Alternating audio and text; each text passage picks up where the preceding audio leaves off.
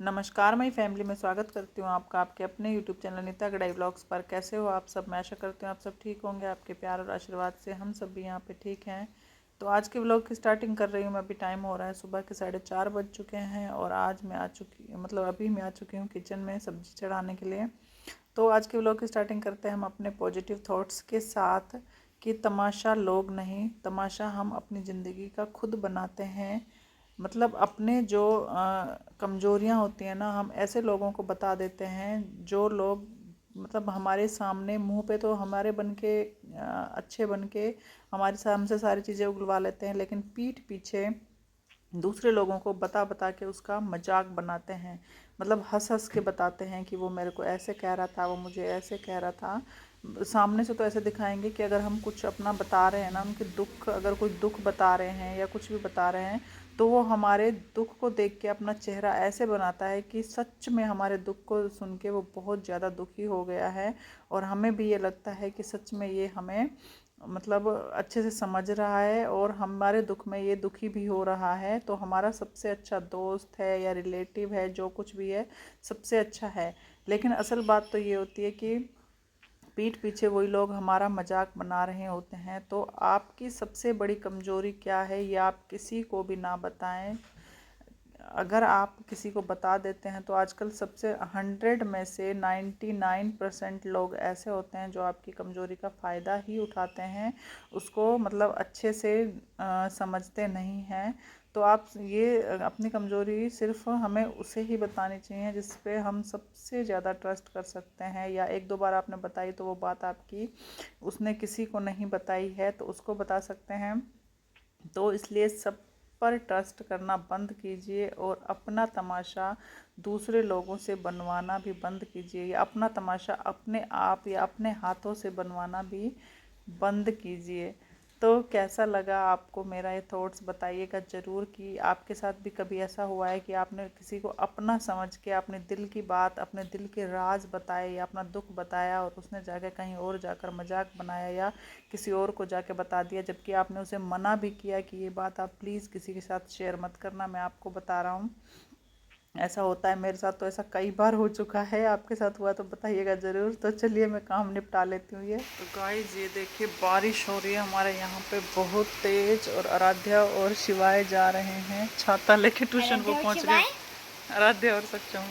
अरे ये तो रोड क्रॉस कर चुके हैं यहाँ पे, मुझे लगा यहीं निकले होंगे अभी। ये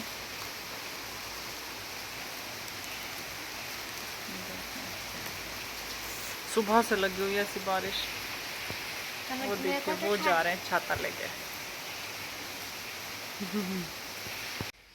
हेलो गाइस, मैं आ चुकी हूँ स्कूल से।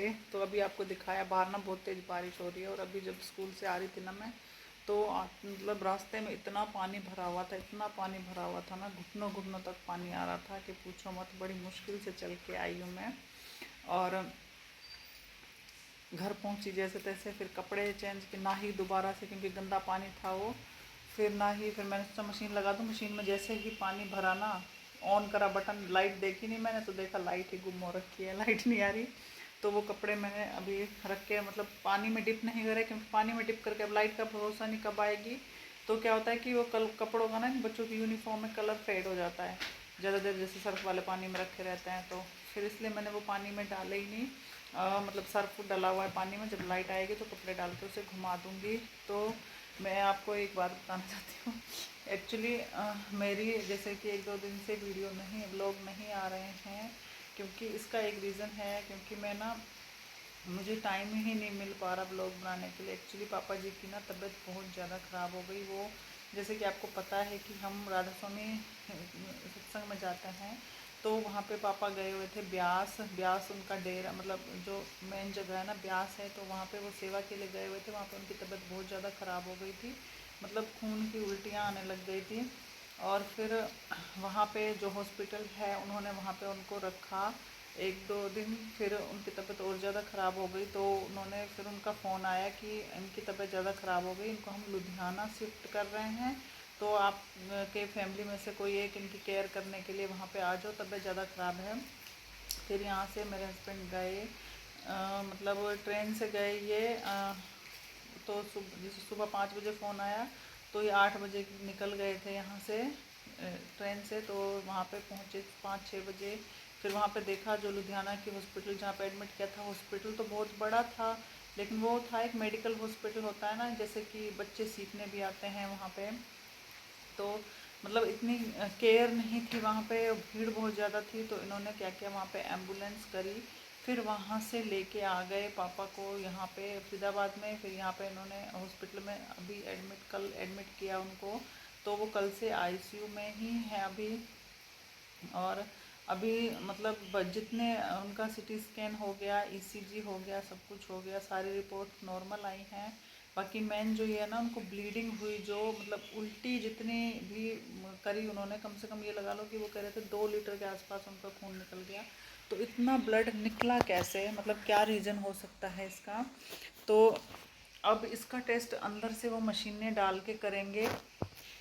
तो आज हुआ है वो टेस्ट, अब देखते हैं शाम तक रिपोर्ट आएगी या कल सुबह तक रिपोर्ट आएगी, तभी पता चलेगा। और तभी वो उन्हें आईसीयू से वार्ड में शिफ्ट करेंगे।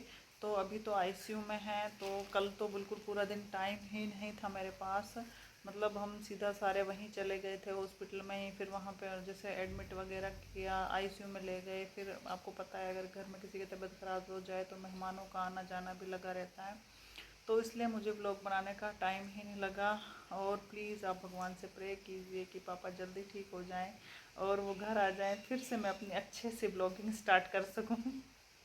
और अब है मेरी 3 दिन की छुट्टी स्कूल की, आज से सेकंड सैटरडे की है, फिर संडे है, फिर मंडे को ईद है। तो ईद की छुट्टी है, तो 3 दिन की छुट्टी है। चलो ये भी फ़ायदा हो गया कि 3 दिन की छुट्टी है।